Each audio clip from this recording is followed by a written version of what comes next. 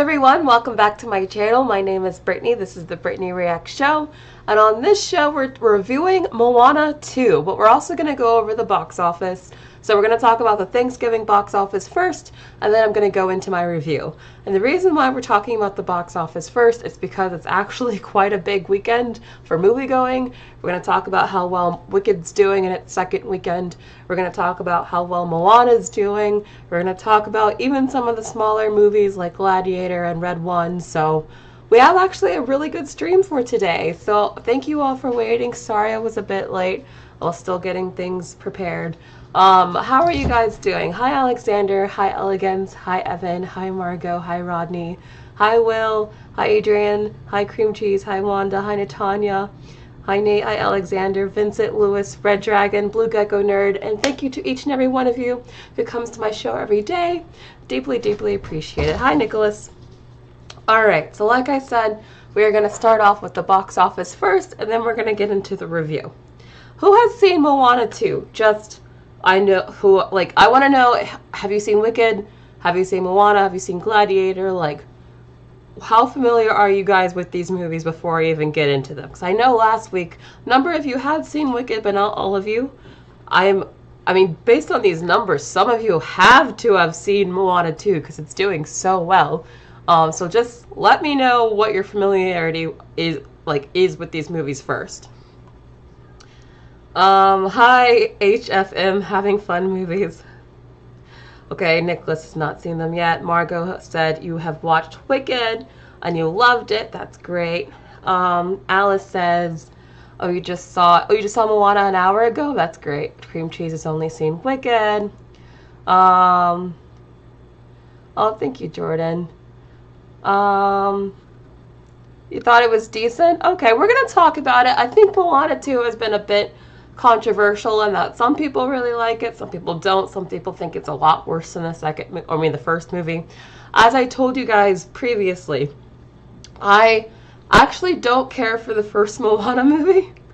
So when I heard that people didn't like this movie or they thought the sequel was like worse than the first, I thought walking into the movie that I was probably going to hate it, just because I was like, oh my god, if it's even worse than the first movie, then it must be terrible. Because I know, like, the movie actually didn't do that well in theaters, but Moana 1 actually grew more popular once it hit digital, and like people started streaming it at home, so like that's when Moana got popular.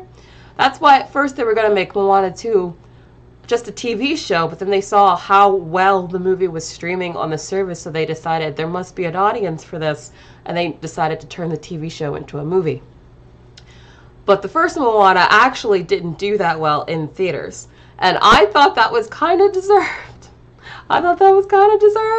Just because I did not think the first Moana was that great. I didn't even like the music. I think Shiny is like one of the worst Disney songs ever. So I feel like my expectations for this movie, Moana 2, was like rock bottom. I really was not anticipating this movie to be like cinema or like anything great at all, or at least just not appeal to me. So that might have shaped how I view this movie a little bit. Nicholas Wilson, thank you for the super chat. You asked, will there be spoilers? Actually, yes, for Moana there will be spoilers. So if you haven't seen it, maybe come back and watch this later, but I will be spoiling it a little bit. Although I will say, this movie is very broad and generic that, I mean, I could tell you what happens in this movie, but I don't think it would really ruin your enjoyment. It's not like there are twists in this that'll, like, ruin your whole experience or anything. Like, if you watch the trailer and the trailer tells you what it's about, that's pretty much what it's about. Like, if you've seen the trailer, you know a good deal about what happens in this movie, to be honest. Oh, Natanya agrees with me. Shining is the worst villain song. Totally agree. And they kind of make a joke of it in the movie, which is funny. They know Shining is not, Shining is not a popular song. They're very aware of the jokes. Alexander also agrees that it's truly awful. That's really funny. But anyway, let's get into the box office. So, like I said, the weekend actually overall did amazing. So, oh, this is not the first one that I meant to do. Wait, hold on. What happened to... Oh, my bad. That was an entirely different one. Hold on. My bad, guys. 1 second. I had this on the wrong tab. My bad. Alright, this is the right tab. That was the one from last week. So, the entire weekend did really, really well. How well? Well, this has been the highest grossing Thanksgiving weekend ever for movies, with $422 million domestically. Moana opened at number 1 with $221 million. Now, this is over the 5-day, not over the 3-day, but still. Over 5 days, Moana made $221 million opening weekend, domestically. This isn't even worldwide. That's incredible. Wicked, on its second weekend, y'all. Second weekend. It got $117 million. This almost never happens, by the way. 2 movies getting over $100 million in the same weekend. That almost never happens. Like, the theaters were hella busy this weekend. And then we had, of course, Gladiator II. I mean, it's still in business. It's still there. It got $44 million. So not, like, as great as the first 2, but, you know, it's something. Altogether, this was a very, very busy weekend at the theaters. Which is really good because the theaters really needed this. Over 30 million people in the U.S. went to the movie theater during this Thanksgiving break. That's insane. 30 million people. Were you guys one of the 30 million people who went to the theaters this weekend? Because that's like an insane number of people. Nate says Wicked is way better than Moana 2. I would agree with that. Yeah, when I saw Wicked 2 for a second time this weekend as well as Moana, and I was actually quite happy that the tickets were still very hard to find for Wicked 2, like good tickets. They were pretty much sold out in a lot of the big screens, like most of the weekend, and I was very, very happy for that movie. For the movie to be going this strong in its second weekend is really good signs for its long legs in the box office, so I'm really happy about that.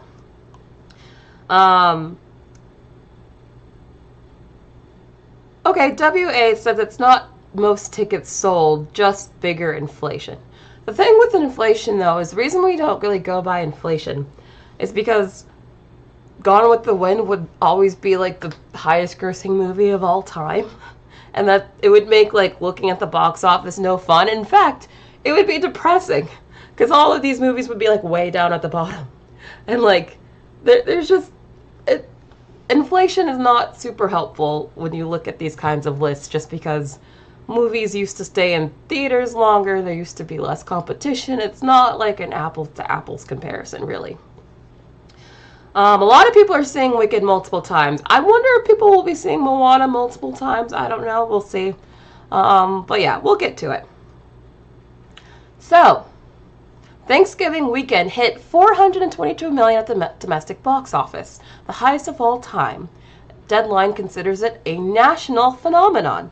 Honestly, I think the reason why the people decided to go to the theaters for Thanksgiving is not just because people suddenly decided, oh yeah, I remember, I like going to the theaters.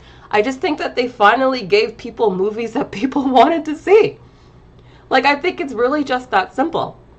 They finally gave people movies they wanted to see. So I think that as far as, like, are movies dead or are movie theaters dead, I don't think movie theaters have to be dead if Hollywood just makes movies people actually want to see. And, like, Moana 2 and Wicked are obviously two movies that people were really excited about. I think when you focus on making movies that are, like, really obvious winners, people will come to the theater. But when you make movies that no one cares about, and we're going to talk about some movies that look like they might flop in the future, aka Mufasa. We'll see, fingers crossed. People won't see it. It's not about, like, oh, people hate going to the movies now. It's just like there often isn't something interesting people want to see, so they're not going to go. But, I mean, this is how crazy this weekend was, by the way. So AMC Theaters has added a queue. They added a queue, y'all, to purchase tickets after seeing significant demand to go to the movies this weekend. It is currently tracking to be the highest grossing Thanksgiving weekend for movies ever. They needed a queue. Do you guys remember when Avengers Endgame tickets went on sale and they needed a queue for that? And Avengers Endgame ended up opening to like 357 million domestically. And the whole weekend got 422. Firstly, that just shows you how crazy Endgame's opening was, that they were 357 million of that was just for Endgame alone. But like, it also just shows you how crazy this weekend was, because 422 million, that's insane. That's just insane. I mean, the fact that they needed to have a digital queue because so many people were buying tickets. Really, really good sign for the industry that if you make it, they will come. You just have to make something that's worth going to the theater for. It's really that simple. Do you guys have any thoughts on why so many people decided to go to the theaters this weekend? Do you think it's just the movies themselves? Or do you think that, like, Thanksgiving's just a really good weekend to go to the movies? Like, why do you think so many people went to the movies this weekend? 30 million people, in fact. Du Bois says, if we're being real, people have been saying the movie theaters are dead since the VCR was invented. Well, to be fair, they are on the decline. Like, less people go to the theaters now than they used to. That is a fact. So there is some truth to it. But I don't think they have to, like, go extinct. I just think that Hollywood needs to learn what people actually want. I think there's too many executives in high-up spaces who don't actually understand, like, what people want and, like, don't know what to give them. I think that's the issue. Natanya thinks it's the movies. Okay. Okay. HFM thinks the movies are good. That also helps, although not everyone likes Moana 2 or even Gladiator. But I think Wicked's getting pretty much universal praise.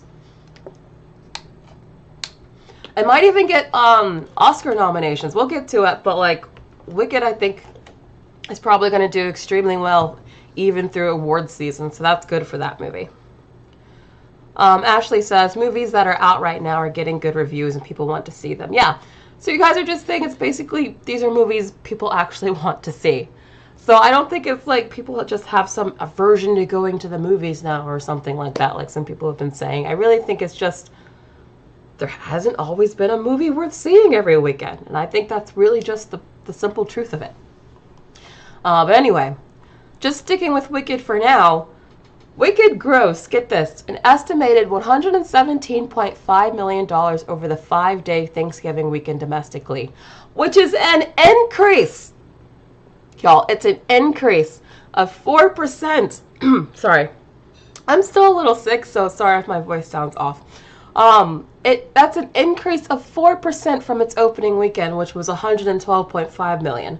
Now, that 112 number was over 3 days. This number is over 5 days. But still, even if you did like compare the 3 days last week versus 3 days last week versus three days during Thanksgiving week, it's still like a 29% drop because it got like 80 million from Friday to Sunday. And the only reason it didn't make more than that is just because of literal capacity issues. So a 29% drop just looking at the 3-day numbers, and then a 4% increase if you actually look at the 5-day numbers. That's really, really impressive. I think this huge marketing campaign that Universal put on for Wicked that we talked about earlier was obviously a huge success. I mean, people are going to see this movie in droves. The only thing that's a little disappointing is that the overseas numbers are not as strong as the domestic numbers. Domestically, it's doing like incredibly well. Wicked has just become the highest grossing musical adaptation of all time in the US in just 8 days. 8 days, y'all. I mean, it just crossed 350 million globally, and usually you would think with it doing this well domestically that it would probably make $1 billion, but unfortunately the overseas numbers are not as strong, so it'll probably end up around the $800 million mark. Maybe a little more if like the legs are really strong. But unfortunately, it might not get to $1 billion just because like overseas numbers are not as strong. But domestically, it's not impossible that this movie could get like up to 500 million domestic, which is an insane number for just domestic only. I think that shows you how popular Wicked is as a musical. I mean, I'm not surprised by that. As a theater kid, I knew how popular Wicked was, so I knew it was really popular. But I wasn't sure because people just, for whatever reason, the general public has really turned against musicals. I wasn't sure if, like, people outside of the theater crowd would really support this movie, but it turns out they are. So that makes me really happy. And it seems like people who usually don't like musicals are really loving this movie too. So that also is really probably what's helping it a lot. Shelly Lee, thank you again so much for the super chat. You're always super kind, always super generous. Thank you so much. Went to the movies because my family was getting on my nerves. I love how you always keep it real. You're very, very funny. And I'm sorry your family was getting on your nerves. Which one did you see? Did you see Wicked or Moana? Please tell me you saw Wicked, because I think that's the better movie. But at least you got, like, a lot of good choices. You didn't have to, like, go see Mufasa or something. Harry Potter and Disney fan says, I think Wicked did really well because there was so much promo and collaboration that basically everybody heard of. So many people never even heard Moana 2 was a thing, but it will do well still.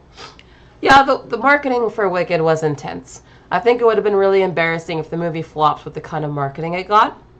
But I think also, I probably should have brought up this as one of the tabs, but I did see that, like, one of the marketing people behind Wicked said that, like, they took Barbie as an inspiration, and how, like, not just how comprehensive and intense that marketing campaign was, but how, like, targeted it was towards women, and how that really paid off.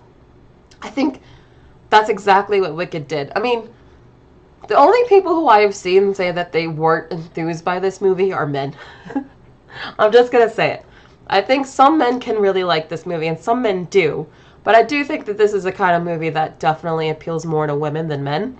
So I think that some men are probably just not going to like this movie, and that's fine. I think it was really smart to try to market it specifically towards women, because that's who would support this movie the most, and it worked out. So I think this just proves that, like, female leads in movies can work, and you can have really successful big hit movies starring women. But I do think that Wicked and Barbie are proof that there are certain kinds of movies that appeal towards women than others. Like, for example, The Marvels. The Marvels flopped horribly for Marvel, and they really, really wanted, like, the Barbie crowd to go watch it. Even though it makes no sense, because a movie like The Marvels is very different than a movie like Barbie. And I think the Barbie crowd, here's what I think the Barbie crowd is looking for or appeals to them. And I'm speaking that as someone who I consider myself to be part of the Barbie Wicked crowd, right? I think we really like something that's very feminine. Not to be too stereotypical, but some stereotypes come from something. Both Barbie and Wicked are very feminine, very girly, lots of fashion, lots of things to, like, look at and go gaga over, lots of, like, character stuff, like, relationship stuff to talk about, like, between Barbie and Ken, and also between, like, Fiero and Glinda and Elphaba. Lots of, like, beautiful scenery, gorgeous backdrops, that sort of thing. I really feel like that's what appeals to the Barbie audience, because I know that's what appeals to me. And, like, movies like The Marvels, Marvel really thought that by just having the movie star women, that would attract the same crowd. And I really feel like they're missing the forest for the trees here. Like, that is not, just having women in your movie alone is not enough to make people want to go see it, right? It's got to have all the other elements too. And those are all the other elements that, like, something like The Marvels doesn't have. This is why I'm also not so sure that the Snow White movie is going to do well, even with the same crowd as, like, the Wicked and Barbie films. Because even though it is, you know, fantasy, and hopefully it looks pretty, it might have that going for it, I can already tell from the trailer that they're intentionally not going for a really girly Snow White. Sorry. They're making Snow White another, like, sort of girl boss feminist character, and it's like, there's a reason why a character like Wanda is more popular than a character like Captain Marvel? It's because the whole girl boss stereotype does not appeal to most women. And I would even say it repels most women, honestly.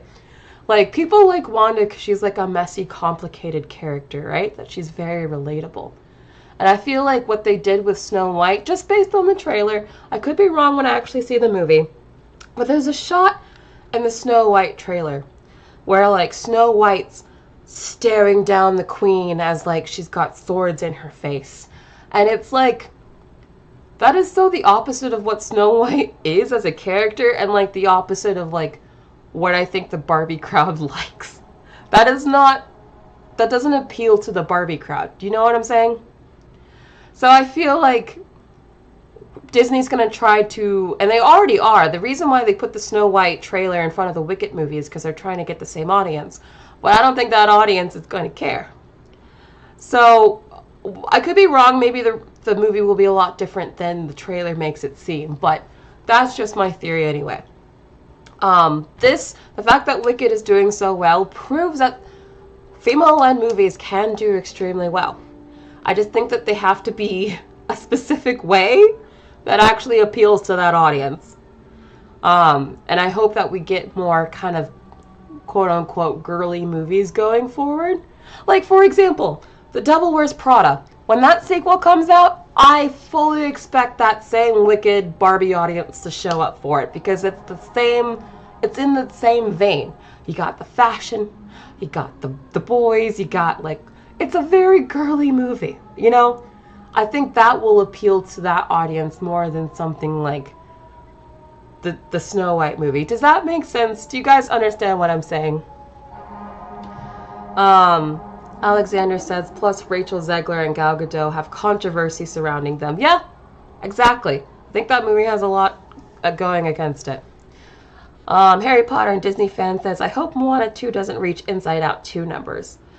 The only way it won't is if people really don't like it and they don't, like, go as often. Like, Inside Out 2 did extremely well.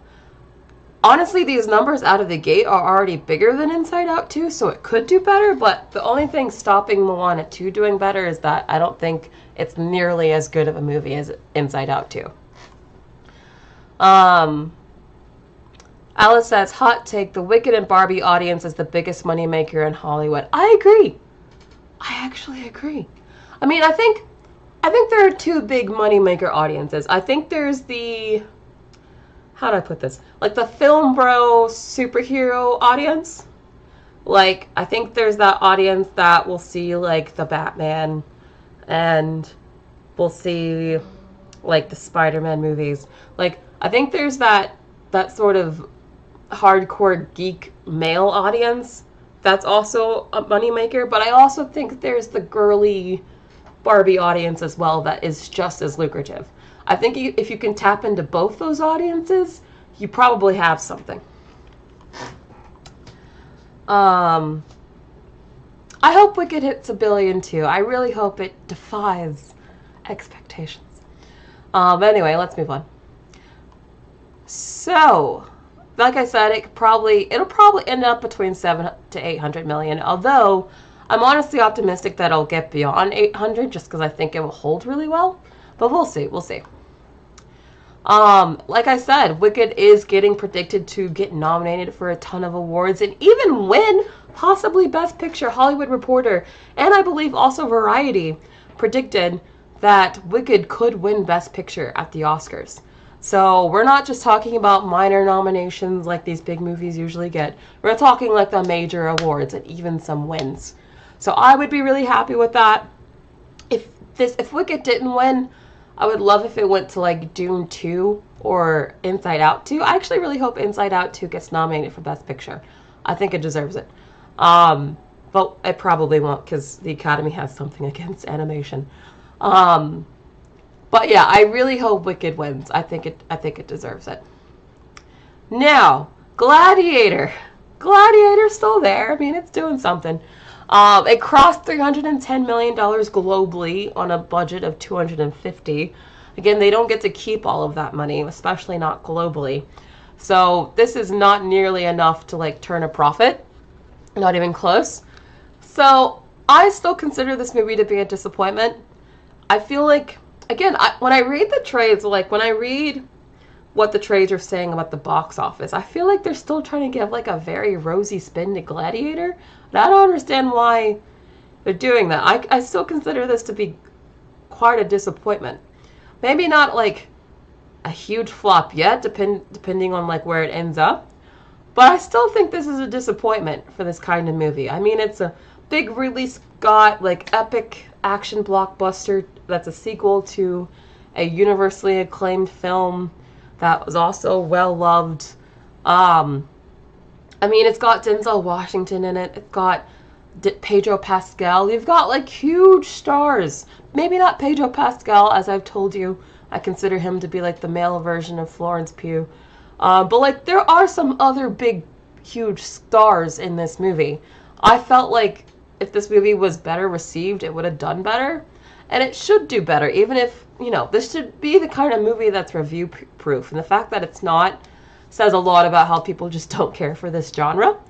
But also how Ridley Scott has really fallen off, like, quite a bit. So I consider this to be disappointing, in my opinion. Like, the fact that it's even, like, being in the, like, named in the mix of Moana and Wicked, I think is just funny, because it's making significantly less than the other two.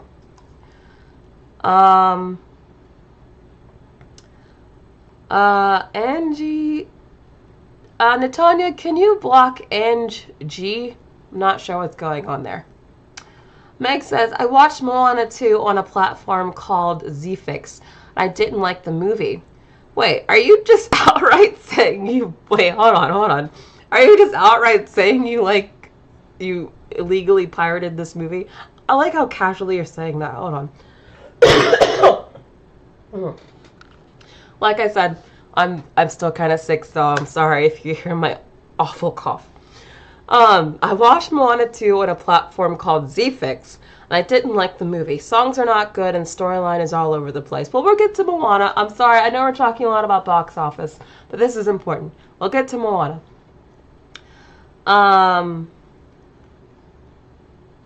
Okay, Grande could win an Oscar, maybe. I'm So Yancey says Dune 2 was boring. You know what? You know what's something that I've realized recently? I think I actually do like Dune 1 more than Dune 2. Yeah, Dune 2 has a lot of action. I get that. But I felt like Dune 1 stuck with me more. Like, I saw Dune 1, even though it was still, like, in the middle of the pandemic. I saw Dune 1, like, a couple times in theaters. Like, I was in love with that movie. I loved it. However, I only saw Dune 2 once. I just feel like it didn't really stick with me more. So I think overall I actually like Dune 1 more. So if Dune 2 missed out on a bunch of Oscars in favor of, say, Wicked, I wouldn't be upset by it. Anyway, moving on. So Red 1's also there. It's not doing well at all. It crossed $148 million globally. The film has a $250 million budget, so not doing well. I mean, it's a streaming movie that went to theaters, so, like, I guess, should we care if it meets the budget? Netflix doesn't seem to care, so I don't know. These kinds of movies are so weird to me. I mean, it's on track to earn about 160 to 200 million, so it's not even gonna, like, make back its budget. So, again, I think this is pretty bad for both The Rock and Chris Evans. I think these are huge names that should be pulling in more people than they are. I think The Rock is overexposed, and I think Chris Evans, he just picks a lot of bad movies. I feel like the only good movie he's been in after Endgame was Knives Out. Like, everything else he's been in has been, like, reviewed pretty terribly. And I know you guys like Deadpool and Wolverine, but I didn't, so I'm not including that one. But anyway, I think this is, like, a pretty bad look for both of these actors, to be honest. They should be doing better than this. Now, Moana. Let's talk about Moana. So, Moana earned $221 million on its domestic box office opening weekend, the highest ever for an animated film. Again, this is for the 5-day. So that's incredible. Like, I mean, even if it was just for the 5-day, that's still a really great result. Moana opened with $386 million worldwide. That's insane. It's the highest opening for an animated film worldwide, and it's the biggest Thanksgiving opening in the US ever. That means it also is bigger than Frozen 2, which is insane to me, because if you remember the hype for Frozen 1, that was insane. The hype around Frozen 1, doesn't even compare to, how people felt about Moana 1 when it was in theaters. There was no real big hype around Moana 1 when it was in theaters. That's why it actually didn't do that well. So the fact that Moana seemed to have grown so much in interest since then, it's crazy to me. Especially since I personally don't get it. I don't like that film. So I don't really get why people like so much about Moana 1, but I can't deny that it's obviously very popular. People love that movie. I think maybe kids like that movie. I don't know. If you really like Moana 1, please tell me why. Because I don't really get it. Nicholas says, I'm going to... oh, you have to go. That's fine. That's fine. I'll see you later. Oh, Brian, you agree. Dune 1 is better. I'm glad you agree. Moving on. So, Moana 2 did get an A- cinema score. That's a lower cinema score than Moana 1 got. It's also the same cinema score that Frozen 2 got, which I thought Frozen 2 was terrible. Which so disappointed me, because I really, really liked the first Frozen. I loved the first Frozen a lot. So, I thought Frozen 2 was so bad it actually, ruined all interest for me in this franchise. That's how bad I thought Frozen 2 was. So, to see Frozen 2 have the same cinema score as Moana 2, I'm like, okay, do people really not like Moana 2 that much? I mean, I'm about to get into my review. I guess I can say, spoiler alert, I don't think it's amazing, but I think I enjoyed it probably more than most. But then again, my expectations were on the floor, so I don't know. Now, looking ahead, before we get into the review, I did want to just quickly look ahead because we have some box office tracking for both Sonic 3 and Mufasa. And get this, Sonic 3 is tracking to earn $55 million on its domestic box office opening weekend, while Mufasa is eyeing $50 million. That means Sonic 3 could open higher than Mufasa, and that makes me very, very happy. You guys know I've been this movie's biggest hater, and I don't care. I usually don't try to hate on a movie, but if I'm going to hate on a movie, it's going to be Mufasa, okay? I mean, look at this. Look at this. This picture pissed me off. Can we? I know I labeled this Moana 2 review, and I promise you I'm getting to the review. But we need to talk about this picture for a hot second. Because Disney put this picture out with a straight face and said, get excited. I mean, are you excited by this picture? Does this image, with its blandness and mediocrity, get you excited for this movie? I mean, where are the colors? Again, why are we still having this color debate? Real life is more colorful than this, so don't give me the realism-ish, okay? They said, here's a stock image from National Geographic. Now get excited. I don't understand this movie. I don't understand if you're excited for this movie, I don't get it. I mean, I'm not going to tell you not to see it. Go enjoy the movie as much as you want. I don't care. But, I don't get it. I don't. This is the funniest freaking image to me. I literally stared at this image for, probably too long when I first saw it. Because I was oh my god, they're dead ass. They're actually dead ass.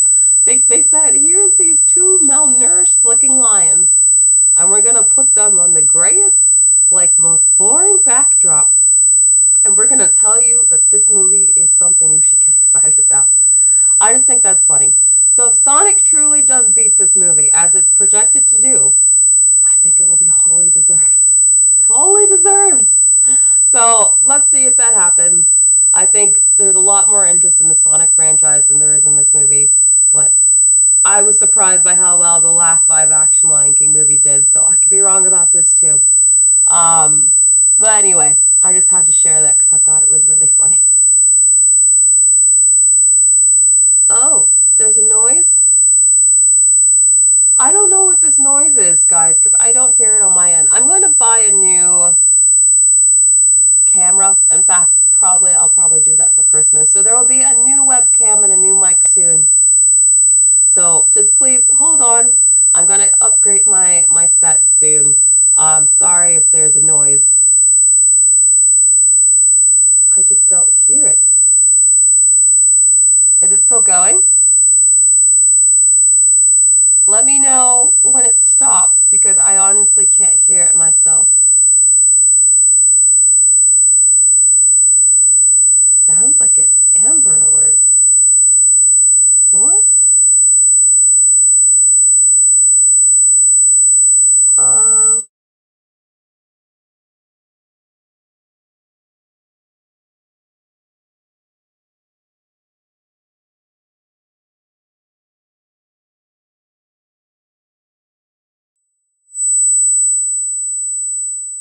All right.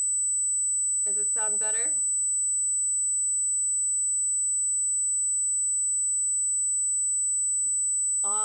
I don't know what the audio. This is so frustrating. It's gone? Okay, it's gone. I'm so sorry. I genuinely don't know what that is. I can't hear it on my end, so I don't even know where it's coming from.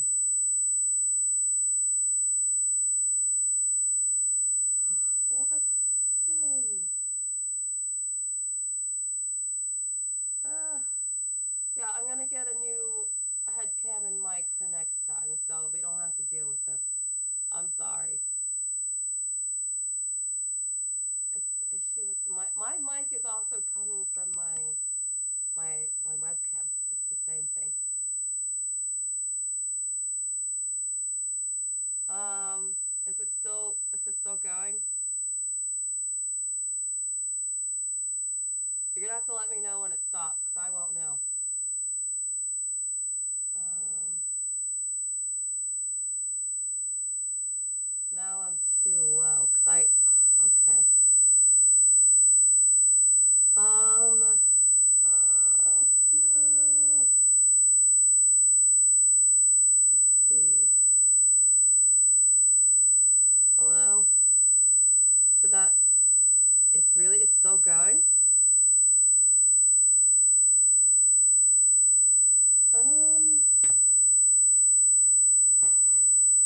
don't know.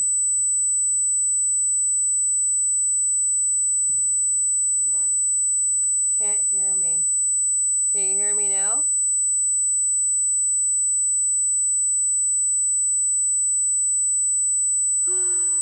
Okay, give me 1 second. Alright, did that fix it? I just tried something. Did that fix it?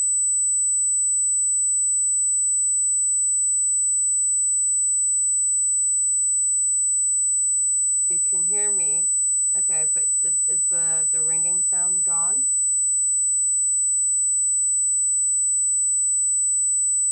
Ugh, this is so frustrating. The whistle is still going. I don't know what this is. It's still there. What? Um, okay.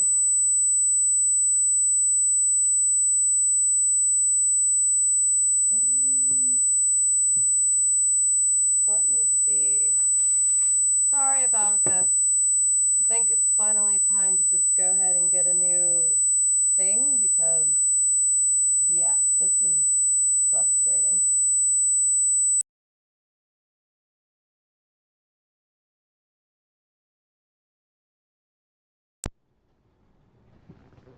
Alright. Did that do anything?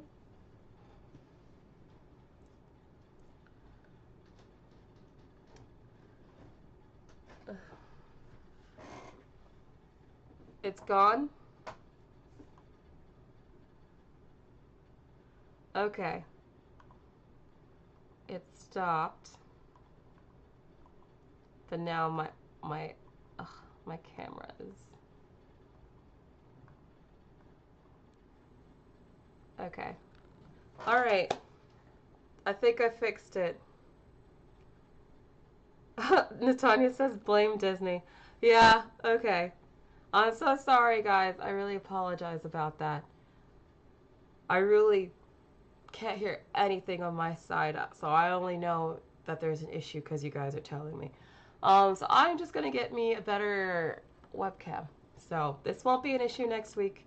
Don't worry about it. I'm sorry. I deeply apologize. Okay. I'm so sorry. Really, really apologize. Alright, so let's just get back to it since it seems like we're in the clear now. If anyone left, come back. Come back. Anyway, let's just get to the actual review because that's what like this video is supposed to be. Alright, let's talk about Moana 2. So, Moana 2. There's been a lot of debate about, is this actually a good movie? Some people think it's terrible. Some people say it's just mediocre. Some people like it. I think I think it's pretty mediocre. I don't think it's terrible. In fact, I actually found it more enjoyable than the first movie. I thought it was at least watchable, whereas the first one I didn't think it was that watchable. But I know I'm in the minority on that one. So I honestly thought that like because people were saying this was worse than the first one, my expectations were just like on the floor. I really thought it was going to be like, oh wow, this is going to be hot trash. But I didn't think it was hot trash. I still thought there was enough here that I found myself able to enjoy the film despite not being like totally wowed by it. So let me explain what I mean by that. So, the number one thing I liked about this movie was actually the relationship between Moana and her sister. I really loved the addition of the sister. I think it added to the stakes of the whole journey and why she had to do what she had to do. I loved any of their scenes together. I don't even know why. I'm an only child, by the way. I have no siblings. So I don't even understand like why this dynamic was like really touching to me because like I can't really relate. But I just thought it was so sweet how like Moana genuinely cared about her sister and how I could feel her turmoil over like not wanting to leave her family behind and like what would happen if she didn't return. And like there was one line in the film where she was like, will she understand if I don't come back? Like I just felt all of that was really emotional, or at least it made me emotional. And I found it really like touching and heartfelt, and I appreciated this whole dynamic. I thought it added a layer to the film that I needed to really connect with it. So I really enjoyed this one aspect of the movie. Another thing that I liked was I liked that it expanded on the lore around the tribe. I liked that we learned that they were actually indeed isolated and that there are these gods, or at least this one god that wants to keep all these tribes isolated. And that's what we find out at the beginning of the movie when she discovers this clay. She's like, oh my god, there's these people on this other island. We're not the only ones out there. And so obviously the journey then becomes she has to assemble this team to go out and find this island so she can find other people and connect all the tribes. Because she has a vision that without connecting all the tribes, her tribe will soon perish. So that, of course, adds to the stakes. I just liked hearing more lore about this world and more background to it. I did like that aspect. I thought these characters here were funny. This was her new crew that goes with her this time on this journey. I think all of them are particularly not very memorable. I think they were just kind of there for like comedic relief. None of them were like, I don't know if like people are going to be like, oh yeah, this character is my favorite. Or I don't know if how memorable they're going to be, to be honest. But like, I thought they were funny. They were there for comedic relief, and I thought they did their job pretty well. Even though I think they were kind of like one-dimensional characters.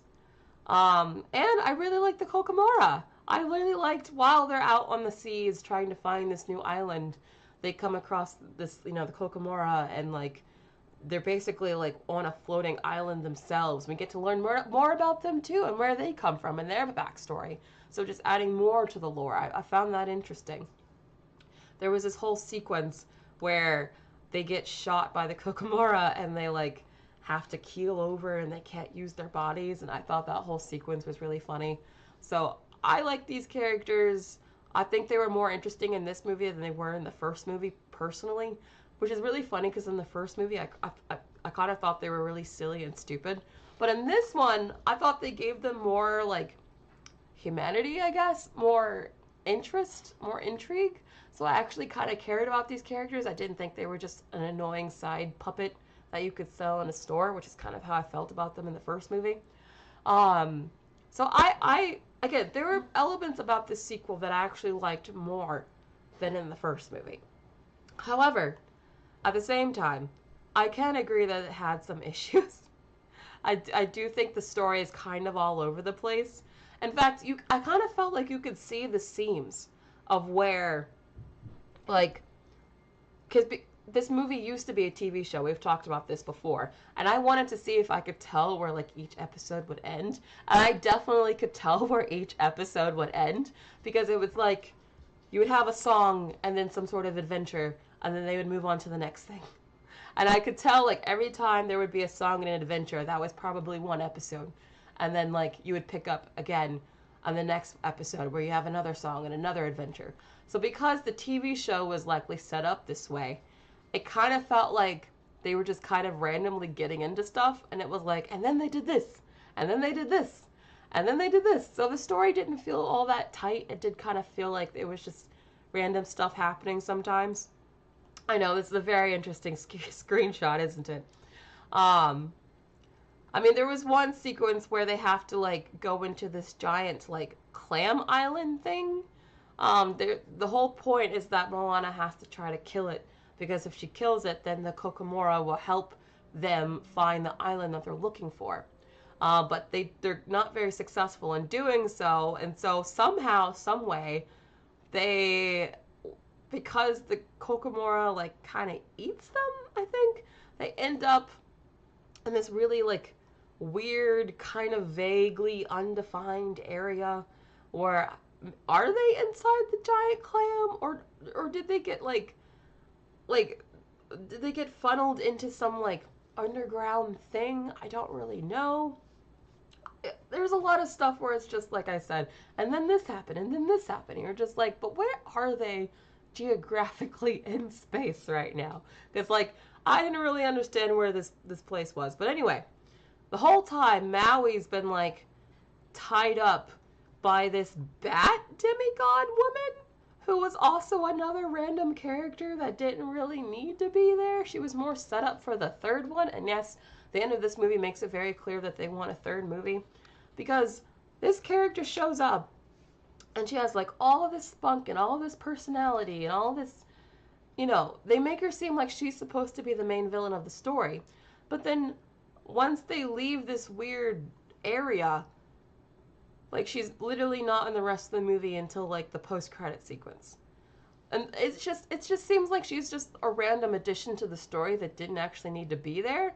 And she felt like she was just set up for the third one, and I didn't really appreciate that. I thought her villain song was just okay. I thought it was kind of forgettable, so I don't think, like, that was worth having her in the movie. And if you're confused about who she is, she's, like, a demigod that's been stuck in this area for forever. And she held Maui captive, hoping that his capture would lure Moana there, because Moana is, like, the only person that could potentially help her get free. So that's the reason why she's not free, like, the demigod's not free, is because there's this even bigger god called Connery, something like that. But he's not even in the movie. He's only in the post-credit sequence, even though he's mentioned throughout the movie. This is the god, by the way, that separated all of the tribes in the first place. And they're the reason, he's the reason why, like, Moana and her people don't know about these other tribes. He wants to keep all the tribes separated because that's what keeps him stronger. So he's technically the main villain of the movie. but you don't even see his face until the post-credit sequence. He's mentioned countlessly throughout the film, but he's not an actual character. The only like actual villain character we see in the movie itself is this Bat Lady chick. And I don't get it, because she's like not even really a villain, because she helps them escape, and she's like kind of nice to Moana. And like even in the end, in the post-credit sequence, she's still like not really that evil. So I'm just like, there's not really a villain in this movie. There's just a villain they constantly reference, but he never shows up. So it's very, very weird. I think the villains are very weak. I think the villains are weak in general in the Moana franchise. As you guys know, I'm not a fan of the shiny crab. Even though the shiny crab does come back. He comes back in the freaking post-credit sequence. And this is where they make fun of the song Shiny. Like, they're like, oh, I could sing a song. Does anyone want me to sing a song? So they know that people don't like that song, which is funny.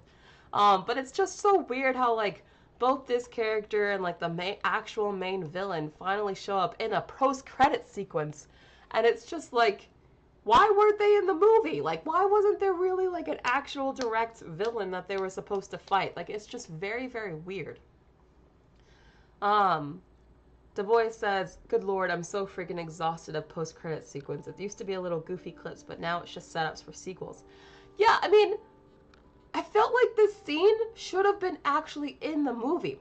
Because the post-credit sequence, I'm getting a little bit ahead of myself, but, you know, obviously, eventually, they find the island that they're looking for, and they connect all the tribes, and this is what is able to free the Bat Lady.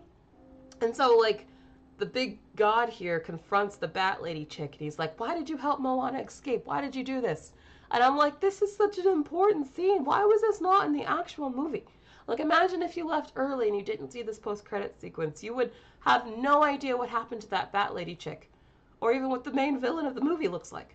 Like, it's just very, very confusing to me. Like, I don't understand why this was a post-credit sequence and not, like, a pivotal scene in the movie. Like, it definitely should have been in the movie. Like, I think probably the worst part of this film is what they did to the villains. Like, the villains just make no sense in how they're utilized in this movie at all. The only time it's like, for whatever reason, they made this villain dude, like, an off-screen villain. Like, you see him throw daggers at people. Like, his whole thing is that he, like, likes to send lightning bolts and, like, electrocute people, essentially.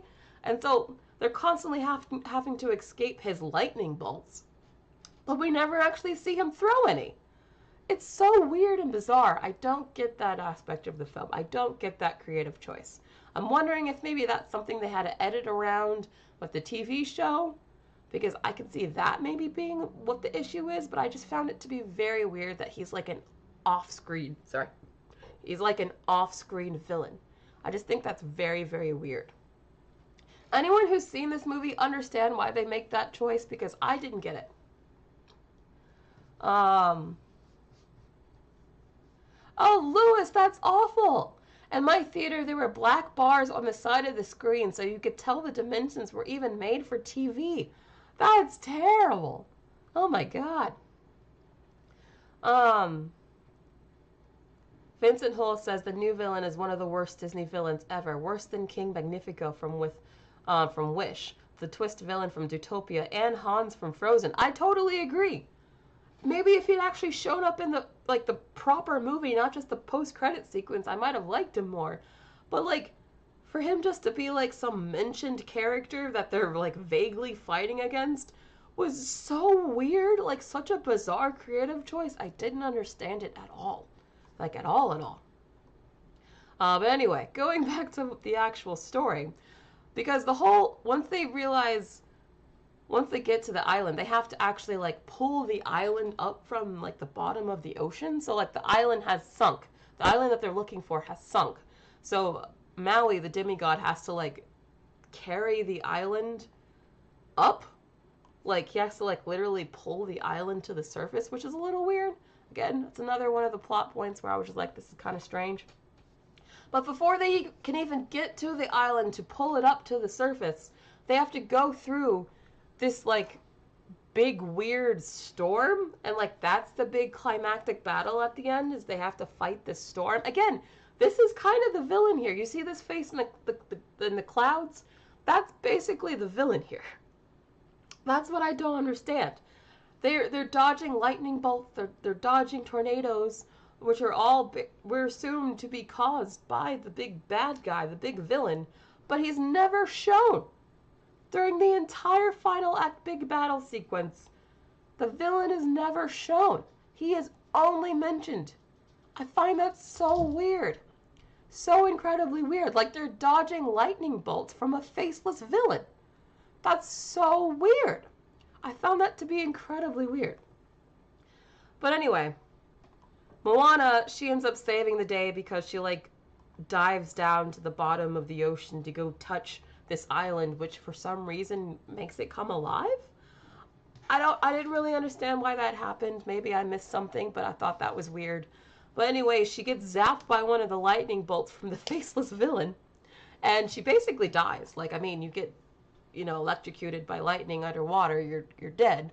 So, in this one touching sequence, which I actually did like, they have like all these past dead people, like the ancestors, come try to like bring Moana back to life, and in doing so, they made her a demigod. So Moana gets to become a demigod at the end of the movie, which I thought was actually a really nice touch. It makes sense. Her little like paddle thing becomes like her power source in the same way that Maui's hook becomes his power source. So they bring her back to life by turning her into demigod. So I thought that was cool. And then of course they raise the whole island. And once they raise the island from the grounds, the curse is broken, and suddenly like all the tribes from various islands can suddenly, like, they just appear? I don't know. This is another thing where I didn't really totally get, like, where did these people come from? I couldn't find a shot of this. I would have added it if I could find it. But there's, like, a sequence at the very end of the movie where once they bring the island to the surface, all these other tribes that they've been looking for suddenly just appear and, like, start heading to the island. And I'm like, but where did you come from? Did you just, like, spawn out of air? Like, I didn't understand where, like, they were supposed to have come from. I just felt like, again, this was just part of stuff just happening, where it didn't really, like, really make total sense if you really thought about it too deeply. And I think that's ultimately where this movie falls apart a lot of the times. It's, like, there's just too much that's unexplained, where it just starts to not make any sense. And I think that was a large part of the issue, along with the horrible villain situation, which I just never understood. But anyway, I thought the music was actually okay. I thought the new I Want song in this was actually better than How Far I'll Go. I didn't care for How Far I'll Go. It has grown on me since, but I remember the first time I listened to it, I actually didn't care for it that much. So I thought the new I Want song was pretty decent. I liked how, like, suspenseful the song was. I liked the vibe of it, so I thought the song was okay. But that was really the only memorable song in the whole movie. I thought the other songs were, like, pretty forgettable. Like, there's no You're Welcome, which I think is probably one of the most memorable songs from the first movie. There's nothing like that in this movie. Like, nothing nearly as fun or memorable as that. Like, I think the music is pretty forgettable, in my opinion. Yeah, even the villain song I just thought was kind of underwhelming. Like, I can't even remember how it goes. Like, it's that forgettable. And again, I just don't understand why she was there. She wasn't even really a villain. Like, she helped Moana and Team escape. Yeah, it was for her own game, because if Moana broke the curse, then she could go free. But, like, she didn't actually do anything villainous. So all we got was just, like, some weird random character bat lady chick who, like, kind of is a villain, because he had Maui, like, imprisoned at first, but he was just used as bait. But the real villain, who was the one that actually had her trapped there, like, never shows up until the post-credit scene. It just doesn't make any sense. The whole villain situation doesn't make any sense. Overall, I probably liked it more than most, just because there were certain elements I liked. I liked the animation. The animation was actually better than I expected. As you guys know, I was a little concerned that it was going to look like TV animation, but no, it actually looks like cinema quality animation, on par with the first one, so that's good. I loved the relationship between Moana and her sister. It actually brought a tear to my eye, because I just thought that was so sweet. And I just thought generally it was quite fun. I thought there were several sequences where I was just generally enjoying myself. But overall, there were enough issues with it that I can understand why some people don't like it. It's definitely not a perfect movie. This isn't a film where I'm like suddenly understanding the Moana hype for some reason. So yeah, I'm going to have to say overall, I'm going to give this movie a 7.5 out of 10. Not terrible, not amazing. I think overall pretty forgettable. I will probably never watch it again unless someone wants to watch it with me. And it's okay. It's okay. It's pretty mediocre. But I kind of felt like the first Moana was mediocre. So, who knows? Who knows? I don't really totally understand the appeal of this franchise. But if you got little kids, you know, it's something that'll keep their attention for about 2 hours. So, it's not terrible. That's kind of how I would describe it. I know that's not a ringing endorsement, but it's also, I don't think it's as awful as some people are saying. I think you can enjoy it, especially if you've got little kids. I just think it has a lot of script issues, probably from the fact that it used to be a TV show. And the villain makes absolutely no sense whatsoever what they did with it. So yeah, that's how I feel about this movie. Alexander Patia, thank you so much for the super chat. Hey Brittany, how will this movie affect live action Moana since the movie turned out really divisive? Hope you feel better from California. Oh, thank you so much. I think the live action Moana... Well, Moana is so freaking popular. People really love that first movie. I think it'll probably do well regardless just because of name recognition and people love Moana so freaking much. I think the live action Moana will probably do fine. I don't think this will affect it one bit, unfortunately. Or maybe fortunately. I think it'll be fine. But thank you for the super chat. Did I miss any other super chats? No? Okay. Vincent says, I'm more entertained you're with Moana review than going to see Moana. Oh, thank you, Vincent. I'm glad you enjoyed this review. Jordan gives it a 6 out of 10. Vincent gives it a 5 out of 10. Yeah, I can understand why you'd feel that way. JCB says the songs are also made by the two women from the TikTok who created the unofficial Bridgerton musical. Oh, I didn't know that actually. I thought the music was not that bad. I just thought it was kind of forgettable. I think that's ultimately like the main tagline for this movie is just ultimately forgettable. A live action Moana is diabolical, but we're gonna get live action everything eventually. Eventually we'll even get live action Frozen, I'm sure. Lewis says they totally forgot about her at the end. I didn't stay for the credits, so not sure if she showed up there, but yeah. Oh yeah, like I said, if you didn't stay through the credits, you would probably have no idea that she even comes back. Which is the crazy part. Like, she literally disappears once they escape from her lair. And then, like, we don't see her again until the actual very, very end. Which is so weird. Because, like, if you didn't even see the post-credit sequence, you would have no idea if Moana breaking the curse meant that she could be free or not. Like, I don't understand why that post-credit sequence wasn't actually in the movie. It was so pivotal to the actual story and, like, the plot of the movie that it makes no sense that it wasn't part of the movie. It makes no sense. I still can't get over the fact that that main villain dude was, like, constantly mentioned, constantly referenced. They were constantly dodging his, like, lightning bolts and all that. But we don't ever see his face in the post-credit sequence. Makes no sense to me. Someone make it make sense. Yeah, exactly. I guess some of you didn't stay for the post-credit sequence because you wouldn't have known. So crazy. Oh no, please don't say live action Toy Story. I don't think that'll happen. Lewis says yeah. Vincent says Moana 2 should have the short paperman art style and it shouldn't have been a last-minute decision. Disney needs a new art style. Oh yeah, they desperately need to experiment with new art styles, that's for sure. Definitely agree. Like, Disney used to be so good at villains. What happened? They used to be really good at them. They have, like, an entire division of Disney just set for villains. And now they can't seem to make a good villain to, like, save their lives. I don't understand what happened. But anyway. Sorry for a bit of a chaotic stream. That was my review of Moana. I'm going to see if maybe I can cut out that bit in the middle with the high-pitched noise. I'm sorry about that. I'm going to get myself a new webcam, a new mic, so hopefully we won't have those issues soon.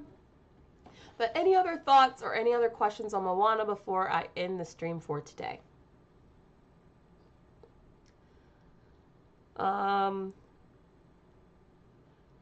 Vincent says, because of the success of Frozen, we can have a love story, no evil villain. What, Hans? I thought even Hans wasn't a bad villain. I liked Hans. Hans was a better villain than this. Oh, I'm glad you still enjoyed it, Alexander. You guys come here for the tech issues too, I guess. Any other comments before we end the stream today? You will be destroyed. What? What are you talking about, JCB?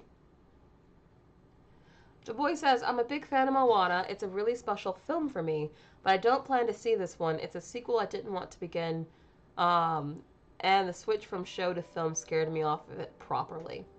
Yeah, I really feel like I could tell the seams, like, where the ends of the episodes were supposed to be. Like, it was very clear, like, it had a pattern. Like, the whole movie had a pattern. It was, like, song, some sort of climactic action, and then they go to a new location. Song, climactic action, new location. So, every time, you clearly could tell, like, where the ends of the episodes were supposed to be. Kiwi Bird says, I want good music, different animation, good villains, and a story that makes sense. Yeah, a good story would be great. A great story would be great. Anyway, that's it for today. Thank you all for being in the show. Love you guys so much. Sorry about the high-pitched noise. And I'll see you guys again next week. All right, bye.